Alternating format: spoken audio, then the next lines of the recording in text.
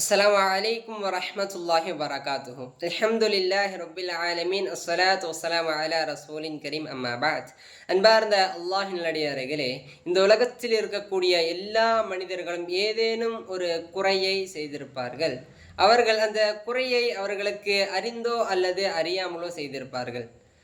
ஒரு இடத்தில் ஒரு குறை இருந்தால், அது உங்களில் யாருக்காவது தெரிந்திருந்தால், அந்த குறையை அவரிடத்திலே சென்று, இது உன்னிடத்தில் குறையாகி இருக்கிறது, இதை நீ மாற்றிக்கொள் என்று அவர்களிடத்திலே பணிவாக கூற வேண்டும். மாறாக அவருடைய குறையை பிறரிடத்திலே சொல்லி அவரை அவமானப்படுத்துவதோ கேவலப்படுத்துவதோ கூடாது. பிறருடைய குறையை பிறரிடத்திலே சொல்லாதீர்கள். அவ்வாறு நீங்கள் சொல்லாமல் இருந்தால் நபி ஸல்லல்லாஹு அலைஹி வஸல்லம் அவர்கள் கூறினார்கள், லா யஸ்துரு அப்துன் அப்தன் ஃபித் துன்யா இல்லா சதரஹுல்லாஹு யௌமல் கியாமஹ்.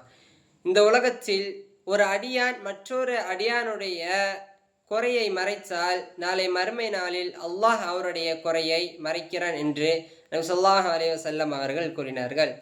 எனவே நாளை மறுமை நாளில் அல்லாஹ் எம்முடைய குறையை மறைப்பான் என்ற நோக்கத்தை வைத்து இந்த உலகத்தில் வாழும்போது எவருடைய குறையையும் பிறரிடத்திலே சொல்லாமல் இருப்போமாக.